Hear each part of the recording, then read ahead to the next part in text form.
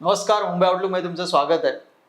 आपण भारताला डिजिटल भारत म्हणून बोलायला सुरुवात केलीच आहे गेल्या 10 वर्षापासून वगैरे. मात्र सर कितीही डिजिटल भारत झाला किंवा नागरिक कितीही डिजिटली आले तरी पण होर्डिंग्स आणि बॅनरचं जे काही भारतात किंवा किंबहुना महाराष्ट्रात बोलायचं झालं तर ते पेव जे आपल्याकडे आहे ते अजून वाढत चाललंय, कमी होण्याचा प्रकार नाहीये त्याच्यामध्ये. आणि याच सर्व म्हणजे होर्डिंग्स आणि बॅनर याच्यावरती चर्चा करण्यासाठी आज आपल्या आउटलुकच्या स्टुडिओमध्ये आहेत संजयजी यादव, जे माजी स्वीकृत नगरसेवक आहेत आणि या सगळ्या विषयांवरती त्यांचा गाढा अभ्यास आहे असं म्हणायला हरकत नाहीये. सर, तुमचं आउटलुकच्या स्टुडिओमध्ये स्वागत आहे. तशी दुःखद घटनेने सुरुवात आहे की काल जे काही घाटकोपरमध्ये जी घटना घडली, की ही पहिली घटना असेल की इतकं मोठ्या प्रमाणात होर्डिंग पडून 14 लोकांचा जीव जाणं आणि 70च्या वरती लोक जखमी होणं आणि तो आकडा अजूनही वाढतोय. ही दुःखद घटना आहे. त्या अनुषंगानेच आमचा प्रश्न असा आहे की हे जे आता 120/120 म्हणजे हे बोलायलाच इतका मोठा आकडा आहे आणि एवढा मोठ्या प्रमाणावरचा होर्डिंग कुठे मुंबई सारख्या ठिकाणी लागतो काय? जो अनधिकृत असल्याचा थप्पा तर नंतर पडतो, तो भाग वेगळा, त्याचा प्रश्न पण वेगळा. पण त्याच्यामुळे इतक्या माणसांचा जीव जावा, मग असं वाटतं की याच्यावरती कोणाचं अंमलबजावणी आहे की नाहीये? काय वाटतं याच्या मागे कोणाची चूक असू शकते? नाही, हे पहा कसं आहे की मुंबई महानगरपालिकेच्या काही गाईडलाईन्स आहेत. जसं महाराष्ट्र शासनानेच काही होर्डिंगसाठी गाईडलाईन्स दिले आहेत आणि त्याच्यामध्ये मॅक्झिमम साईज जी आहे ती 40-30, 40-40 इथपर्यंत मर्यादित ठेवली आहे. आणि मुंबईमध्ये तुम्हाला होर्डिंग लावताना जिथे तुम्ही लावणार त्यांचं आधी एनओसी घ्यावी लागते. ती एनओसी घेतल्यानंतर ती एनओसी आपल्याला कॉर्पोरेशनला पुटअप करावी लागते आणि त्या एनओसी सोबत स्ट्रक्चरल इंजिनियर होईल रजिस्टर्ड विथ दॅट कॉर्पोरेशन.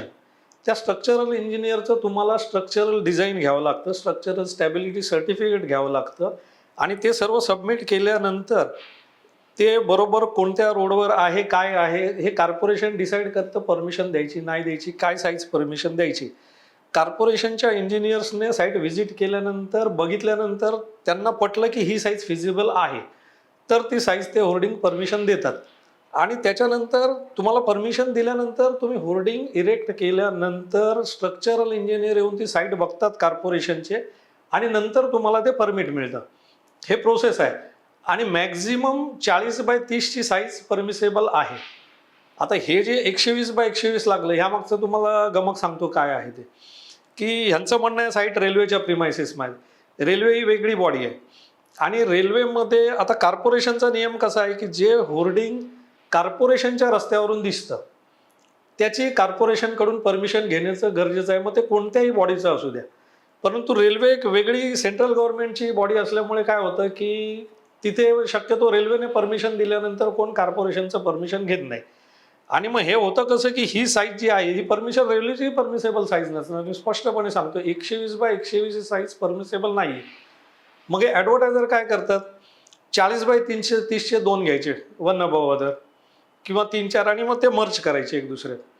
तर ते असं करतात. तर त्या प्रकारे कदाचित हे झालं असावं, कारण ही साईज रेल्वेनेही परमिसेबल साईज नाही. सर, आता आपण परमिशनवरती आलोय, परमिशनच्या मुद्द्यावरती आहे, तर मला किंबहुना असंच प्रामुख्याने जातं मुंबईमध्ये कदाचित त्याचं प्रमाण कमी असेल, पण आपण मुंबई उपनगर झाले, नवी मुंबई झाली, इथे आपण बघतो की पालिकेच्या जाहिराती असतील किंवा एखाद्या नगरसेवक आमदाराच्या जाहिराती असतील त्या वेगळ्या, पण एखाद्या बंटी पप्पूचे ऍडव्हर्टाईज पण ज्या इतक्या मोठ्या प्रमाणात असतात, मग या लोकांना अभय कोणाचं असतं? मुळात ते अधिकृत असतात का अनधिकृत हा कळीचा मुद्दा राहिला, पण ह्यांच्यावरती कारवाई होते की नाही होत? कारण की त्यांचा वाढदिवस होऊन महिना झालेला असतो, मात्र ते आमची बाईक जाताना किंवा मग कार जाताना आम्हाला त्यांचे तोंड बघायला लागतं आणि मग तो कधी अशा पद्धतीने दुर्घटना होतात. यांना कोणाचा अभय असू शकतं? नाही, आता ह्याच्यावरही कसं आहे की मोठे होर्डिंग जे आहेत ह्यांना हे सर्व नॉर्म्स ॲप्लिकेबल आहेत. 20/10च्या वरचे होर्डिंग म्हणजे 200 फुटाच्या वरचे त्यांना होर्डिंगमध्ये काउंट केलं जातं. 10/10च्या खाली साईज असेल ती जनरली ते बोर्डमध्ये काउंट केलं जातं, त्याला होर्डिंगमध्ये ग्लोसाईन याच्यात काउंट केलं जातं. आणि हे जे आता तुम्ही म्हणताय नगरसेवक किंवा आपलं वाढदिवस वगैरे ते जे लागतात ना, त्यांनाही परमिशन घ्यावं लागतं. त्यांना कॉर्पोरेशन परमिशन देतं आणि ते परमिशन घेऊन आता त्याच्यावर तुम्ही बघाल तर आधी खाली व्हॅलिडिटी पिरियड असायचा, एवढ्या पिरियडसाठी दिलं आहे. आता तिथे तुम्हाला कोड स्कॅन कोड दिला जातो आणि मग त्याच्यात होतं कसं की 4 परमिशन मागतात आणि 4 परमिशन मागतात आणि 6 ठिकाणी लावतात. सर मी माझ्या पुढच्या प्रश्नाकडे येतो ते म्हणजे असं की आता आपण बघतो की लोकवस्ती आहे किंवा मग रस्ते आहेत, शहरांना जोडणारे रस्ते आहेत, या सगळ्या रस्त्यांच्या मध्ये कुठेही बॅनर असतात. मग यांना काही म्हणजे जिथून परमिशन मिळते किंवा जी नियमावली आहे त्याच्यामध्ये काही जागा फिक्स केलेल्या असतात का? मग त्या जागेनुसार तिथे काही साईज फिक्स केलेल्या असतात की या भागामध्ये जर इथे लोकवस्ती जास्त आहे तर मग इथे या साईजचेच बॅनर लागले पाहिजेत, असं काही नियमावली असते? हा, आता कॉर्पोरेशनने खूपशा कॉर्पोरेशन्सने असं नियमावली फिक्स केल्या आहेत आणि साईजही फिक्स केल्या आहेत की काय साईजचं असेल आणि कुठे लावायचं, कोणत्या रस्त्यावर लावायचं, ते रस्ते फिक्स केलेत. काही काही अतिरहदारीचे रस्ते किंवा जिथे ट्रॅफिक न्यूसन्स क्रिएट होईल, नाही पाळल्या, खूप ठिकाणी पाळल्या जात नाहीत. कारण कसं असतं, शक्यतो ज्याचा वाढदिवस आहे त्याच्या रस्त्यावर जर तो कॉर्पोरेशनने अलॉट केलेला रस्ता नसेल तर तो एक परमिशन घेतो, एक तिथे लावतो आणि इथे लावतो. ते शक्यतो थोडं बहुत तेवढं म्हणजे ते करतात आणि मग एका दिवसात ते काढून टाकतात. मग आपण बघतो की ग्रामपंचायत झाली, नगर परिषद झालं, नगरपालिका, महानगरपालिका, यांना सगळ्यांना सेम नियम आहेत की काही याच्यामध्ये वेगवेगळे प्रकार आहेत? शक्यतो महानगरपालिकांसाठी जे नियम आहेत ते कडक आहेत. महानगरपालिकांचे नियम फॉलोही केले जातात. नगरपालिका वगैरे थोडंसं सॉफ्ट कॉर्नर दिला जातो, कारण तिथे काय तेवढा फ्लो नसतो, ट्रॅफिक फ्लो, पब्लिक फ्लो तेवढा नसल्यामुळे तेवढं हे केलं जात नाही. पण महानगरपालिकांमध्ये बऱ्यापैकी नियम पाळले जातात. पण आता हे आपण चर्चा केली, हे सगळं माणसाने माणसासाठी केलेल्या गोष्टी आहेत. पर्यावरणाच्या दृष्टीने जर विचार करायचा झाला तर काय नियम आहेत पर्यावरणाच्या दृष्टीने? पर्यावरणाच्या दृष्टीने बघा कसं आहे की बाबा, minimum distance between the two होर्डिंगचा नियम केला आहे. ट्रॅफिक जे म्हणजे सिग्नल जिथे आहे, सिग्नल पासून एक ठराविक अंतरावर तुम्ही होर्डिंग लावू शकत नाही, ही नियमावलीमध्ये आहे. झाडं, होर्डिंग पासून किती अंतरावर झाडं नसावी, म्हणजे तेवढ्या अंतरावर झाड असेल तर परमिशन मिळत नाही. झाडाची उंची बघितली जाते की बाबा होर्डिंगला जर 5 वर्ष परमिशन दिलं आहे आणि तिथे जर झाड आहे ते 2 वर्षात जर त्या होर्डिंगच्या लेवलचं होणार असेल तर तोही हे क्रायटेरिया पाळला जातो. गार्डन डिपार्टमेंटचं परमिशन घ्यावं लागतं, त्यासाठी गार्डन डिपार्टमेंटमुळे पहिली परमिशन देतात. त्यामुळे हे परमिशन घेताना ना खूप काही महानगरपालिकांमध्ये नॉर्म्स पाळले जातात. पण आता तुम्ही सर झाडांचा विषय काढलात, बोलता बोलता झाडांचा विषय निघालाच आहे, तर आपण बऱ्याच ठिकाणी बघतो जे हायवे लगतचे काही जाहिराती आहेत, मोठे मोठे बॅनर, तिथले झाडं आपण ऐकिवात आलंय की काही जर इंजेक्शन देऊन झाडं मारलेत, काही झाडांची सरळ कत्तल करण्यात आली, तर यामध्ये कितपत तथ्य आहे? यामध्ये आता मी ऐकलं घाटकोपरला कुठे काय हे प्रकरण झालं आहे आणि कॉर्पोरेशन गार्डन डिपार्टमेंट ते बघतंय, म्हणजे त्यांना नक्की समजेल की हे कोणी न्यूसन्स क्रिएट केला आहे की नक्की काय आहे ते. आता आपण बघतोय की जी काल घटना झाली घाटकोपरमध्ये, जी जीवघेणी घटना घडली, पण त्यानंतर त्या घटनेनंतर आज सकाळपासून आपण बघतोय की राजकारणी लोक असू दे किंवा मग कुठल्या प्रशासकीय यंत्रणा असू दे, हे एकमेकांवरती चिखलफेक करतात किंवा माझं नाही बाबा, तुझा दोष आहे, तुझा, हे सगळं आपण सकाळपासून मीडियामध्ये बघतोय. तर या सगळ्यांचा कुठेतरी समन्वय साधणारी समिती म्हणण्यापेक्षा काय त्यांची काही टीम वगैरे असते का, किंवा ती नसली तर ती प्रस्थापित व्हावी असं तुम्हाला वाटतं का? ॲक्च्युली असा कायदा आहे, हा कायदा आधीपासून आहे की कोणत्याही अथॉरिटीच्या इथून ते होर्डिंग दिसत असेल, म्हणजे समजा आता रेल्वेमध्ये लावले, रेल्वेमध्ये जर ते रेल्वेच्या आतून दिसत असेल फक्त, तर त्याला कॉर्पोरेशनची परवानगीची गरज नाही, असा कॉर्पोरेशनचा नियम आहे. आणि जर ते कॉर्पोरेशनच्या रस्त्याला लागून असेल तर त्या होर्डिंगला कॉर्पोरेशनचीही परवानगी घ्यावी लागते. परंतु होतंय काय की ह्या दोघांमध्ये समन्वय नाही आहे, रेल्वे आणि कॉर्पोरेशन. आणि रेल्वेच्या प्रिमासेसमधल्या होर्डिंगला कॉर्पोरेशनची परवानगी घेतली नाही तरी कॉर्पोरेशन तिथे आतमध्ये जाऊन कारवाई करू शकत नाही. त्यामुळे त्याचा फायदा घेऊन कॉर्पोरेशनची परवानगी घेतली जात नाही. आता ह्याच्यात थोडंसं म्हणजे मुंबई महानगरपालिकेचं म्हणेन की मुंबई महानगरपालिका लायसन्स फीस जी घेते ती एवढी अवाढव्य आहे की उदाहरणार्थ समजा 30 फूट बाय 20 फुटाचं तुमचं होर्डिंग असेल, नॉन एल्युमिनेटेड होर्डिंग, त्याला 29,000 रुपये पर मंथ लायसन्स फीस घेतली जाते, जी बिअर बारपेक्षाही जास्त आहे. आणि ॲडव्हर्टायझर जो आहे त्याचं संपूर्ण पेमेंट व्हाईट पेमेंट येतं. होर्डिंग जे लावलं जातं त्याचं 18% GST कापून बिल दिलं जातं, बिल येताना विथ GST बिल येतं, म्हणजे त्याच्याकडे टोटल व्हाईट पेमेंट आहे. जर कॉर्पोरेशननं कुठे त्यांच्या लायसन्स फीजमध्ये थोडं काहीतरी सुधारणा केली तर ॲडव्हर्टायझर घेतील ना परमिशन. आज काय होतंय की बाबा एवढे भरायचे, एवढं मोठं होर्डिंग, आणि कॉर्पोरेशन ठीक आहे पैसे नाही भरले, कॉर्पोरेशनचे परमिशन नाही घेतली तरी कॉर्पोरेशन काय करत नाही, मग काही करा. आणि हे रेल्वेमध्येच नाही आहे.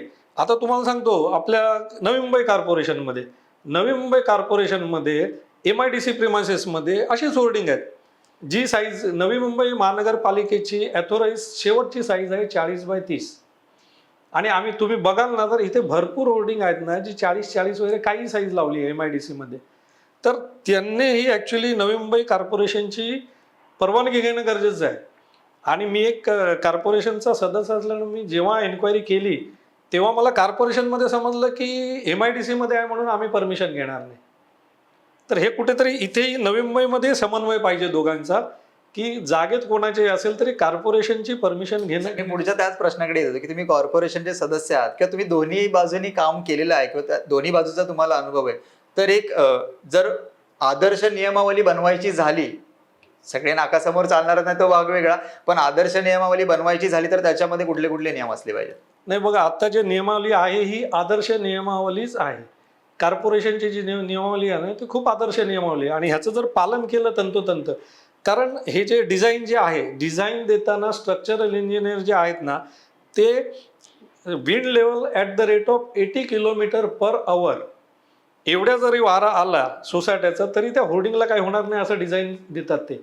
अच्छा, ते डिझाईन सबमिट केल्यानंतर जेव्हा तुम्ही स्ट्रक्चर इरेक्ट करता त्याच्यानंतर कॉर्पोरेशनचे टाउन प्लॅनिंगमधून माणसं इंजिनियर्स येऊन ते होर्डिंग बघतात. बघितल्यानंतर त्यांना वाटलं की this hoarding is erected as per design, तरच ते परमिशन देतात.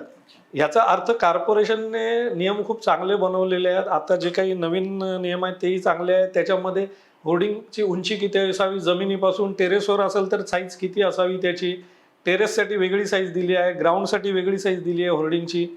त्यामुळे नियम खूप चांगले बनवलेले आहेत, परंतु त्या नियमांचं कधी कधी पालन केलं जात नाही. ते हा साईड वे पकडला जातो की बाबा MIDC आहे मी का करू, रेल्वे आहे मी का कॉर्पोरेशनची परमिशन घेऊ.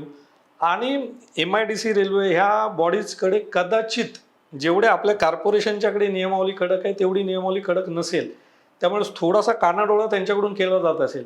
नाहीतर कॉर्पोरेशनमध्ये मुंबई असू द्या नवी मुंबई कानाडोळा केला जात नाही. हां, काही लावत असतील इलिगल वगैरे, परंतु तेवढी संख्या नाही आहे. तुम्हाला असं वाटतं का की बॅनर संस्कृती जी चालू आहे ती शहरं बकाल करण्यामध्ये तिचा हातभार आहे?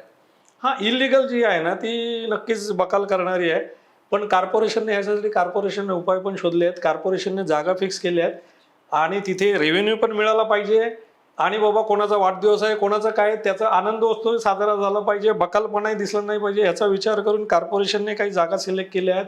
तिथे बाकायदा परवानगी दिली जाते, लावलेही जातात तिथे होर्डिंग्स, तिथे वाढदिवसाच्या वेळी जाहिराती लावल्या जातात.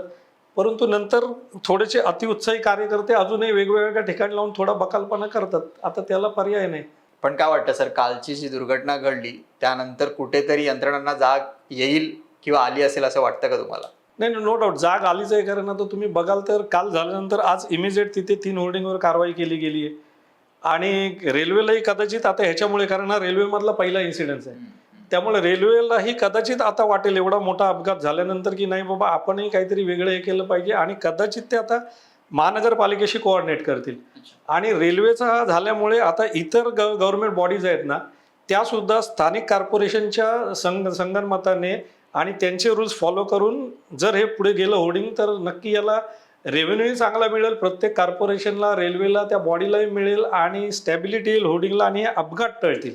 सर तसं बघायला झालं तर बेकायदावरती आपण जे बोलत होतो, बेकायदा होर्डिंग्स असेल, बेकायदा बॅनर असेल, याच्यावरती आपण बोलत होतो, तर महापालिकेने निवडून दिलेला जो आकडा आहे तो 1052 इतका आहे. पण जर आकडेवारीनुसार गणना करायची झाली तर तो अगदी 2000च्या वरती आहे.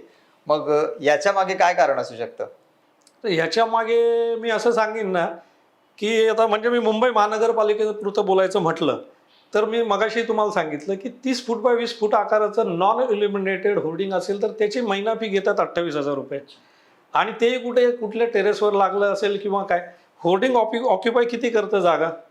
समजा 4-6 फुटाचं त्यांना बेसचं एक हे झाला आणि त्या कोपऱ्यावर म्हणजे 20 बाय 4ची जागा समजा त्या होर्डिंगने ऑक्युपाय केली, तीही टेरेसची अनयूज जागा ऑक्युपाय केली जाते, त्याच्यावर ते होर्डिंग उभारलं जातं. किंवा जमिनीतही ग्राउंडवर ज्या जागेचा काही वापर नाहीये अशा जागी शक्यतो होर्डिंग उभारलं जातं आणि अशा जागेवरचा वापराला कॉर्पोरेशन 30,000 रुपये भाडं घेते. 30 बाय 20 होर्डिंग असेल तर मंथली 30,000 भाडं, किती जास्त आहे? हेच तुम्ही बाकी महानगरपालिकांमध्ये झालं ना कमी आहे. मग अशा वेळी ॲडव्हर्टायझर एखादा काय विचार करतो की एवढं मी भरण्यापेक्षा आणि एवढं करण्यापेक्षा ठीक आहे मी असंच लावतो ना, कारवाई झाल्यावरती बघू, कारवाई झाल्यानंतर बघू, कारवाई झाल्यानंतर काय हे करू ॲडजस्टमेंट, त्या हिशोबाने तो लावतो. आपण ह्याच्यामध्ये प्रामाणिक ॲडव्हर्टायझर मरतो ना. तर माझं म्हणणं हेच असेल की कॉर्पोरेशनने जर पुन्हा एकदा विचार केला, अच्छा, आणि तेही जे मंथली रेंट आहे ना ते दरवर्षी 10% वाढवलं जाते. असंही नाही की बाबा ठीक आहे आता केलं, तुमचे बाकी टॅक्सेस जे आहेत ना ते तुम्ही स्टँडिंगमध्ये घेता, स्टँडिंगमध्ये घेऊन ते वाढवले जातात. बाकी टॅक्सेस जे आहेत आपले, समजा प्रॉपर्टी टॅक्स वगैरे आहे ना तो एकदम वाढवला जात नाही. स्टँडिंग कमिटीमध्ये त्याच्यावर निर्णय घेतला जातो, स्टँडिंगने ठरवलं नाही वाढवायचं तर नाही वाढत. आणि होर्डिंगच फक्त कदाचित असं आहे ना ज्यांना की बिअर बारपेक्षाही जास्त हे आहे आणि व्हाईट पैसे आहेत. होर्डिंगला जे पैसे येतात होर्डिंग ओनर्सला, हे पेमेंट टोटल व्हाईट पेमेंट येतं आणि एवढे टॅक्सेस आहेत. तर शासनाने कदाचित ह्याच्यावर जरी विचार केला की लायसन्स फीस जर कमी केली त्यांनी ना, मंथली लायसन्स फीस कमी केली आणि तिकडे तुम्ही स्ट्रिक्ट करा ना, अनधिकृत एकही दिसलं ना त्यावर मोठी कारवाई करा, लायसन्स फीस कमी करा, आपोआप रेव्हेन्यू येईल इकडे आणि इमानदारीत होर्डिंग उभारली जातील. ही जी तुम्ही बोलताय आता काही संख्या वाढलेली आहे ना, कदाचित हे कारण असेल की एवढे पैसे कॉर्पोरेशनला देण्यापेक्षा मी उभं करतो होर्डिंग असंच. धन्यवाद सर. अगदी म्हणजे कालची घटना झाली ती, त्या घटनेचं तर आपण काही हे करू शकत नाही किंवा त्याच्यामध्ये काही गेलेल्या माणसांचे जीव आपण परत आणू शकत नाही, पण पुन्हा कधी असे लोकांना जखमी होऊ नयेत किंवा आणखी कोणाचा याच्यामध्ये जीव जाऊ नये म्हणून तुम्ही दिलेली ही जी माहिती आहे ही लोकांच्या किंवा ते जाहिरातदार आहेत किंवा ते पालिका अधिकारी जे कोणी या संबंधित अधिकारी असतील त्यांच्या डोळ्यामध्ये अंजन घालणारे नक्कीच ठरेल. आउटलुक कडनं सर तुमचे खूप खूप धन्यवाद.